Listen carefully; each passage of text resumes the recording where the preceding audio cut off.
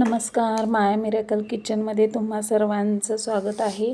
आणि आज आपण मस्तपैकी शाबूची खिचडी पाहणार आहोत. आणि चला तर मग बघूया त्यासाठी लागणारे साहित्य. मी 1 वाटी शाबू घेतलेला, जो रात्रभर स्वच्छ धुवून भिजत घातलेला. आणि ते 1 वाटी शेंगदाणे घेतलेत, छान असं भाजून घेतलेले आहेत. आणि 5 मिरच्या घेतलेल्या आहेत चिरून. जास्त तिखट नाही आहे त्यामुळे मला 5 घ्याव्या लागल्या. तर आता शेंगदाण्याचं कूट करून घेऊया आपण.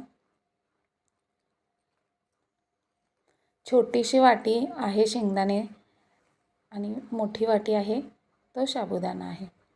तर मग गॅसवरती आता कढई चढवूया आणि छान असं तेल घालून घेऊया. तेल आपलं जवळजवळ आता गरम होत आलेलं आहे. शाबूची खिचडी आवर्जून खावा, खूप छान लागते, टेस्टला पण खूप छान लागते. आणि उपवासाच्या वेळी तर हीच खिचडी आपण आवर्जून करतो. तर मी मिरच्या घातलेल्या आहेत छान भाजण्यासाठी. आता मिरच्याही आपल्या छान अशा भाजत आलेल्या आहेत, तुम्ही बघू शकता. हा व्हिडिओ न स्किप करता बघा आणि माझी रेसिपी कशी वाटली तेही मला सांगा.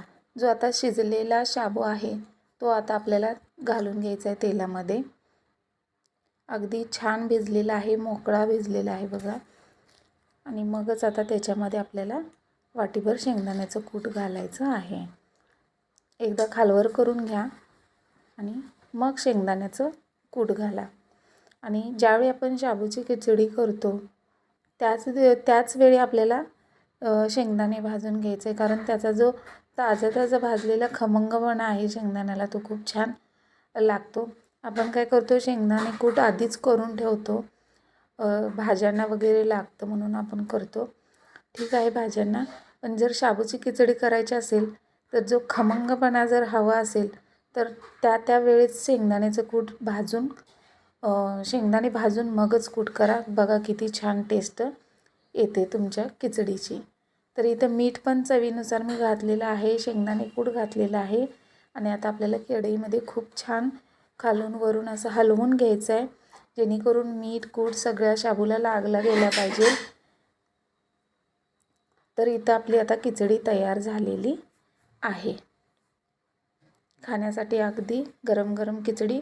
आपण मग इथं दह्यासोबत खिचडी खाऊ शकतो, किंवा वरून लिंबू पिळून तुम्ही खिचडी खाऊ शकता, किंवा मिरच्या तळून त्यासुद्धा तोंडी लावून खाऊ शकता. तर इथं आपली खिचडी आता तयार झालेली आहे.